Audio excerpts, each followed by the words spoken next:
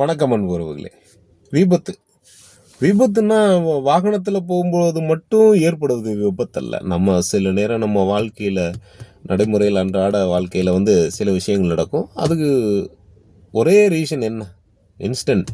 அந்த விபத்து நடப்பதற்கான காரணம் என்ன சொல்லுங்கள்? Break the rules. அந்த நடைமுறை விதிகளை நம்ம ஃபாலோ பண்ணுறது.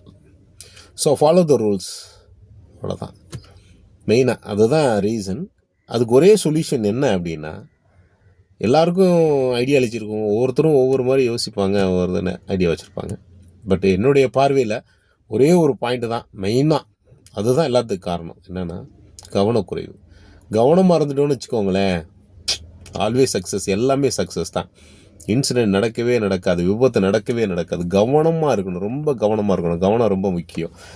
ஸோ தப்பிக்கிற வரைக்கும் ஒன்றும் பிரச்சனையே இல்லை. மாட்டிக்கிட்டா அவ்வளோதான். ஸோ கவனமாக இருக்கணும். அதுதான். தேங்க்யூ.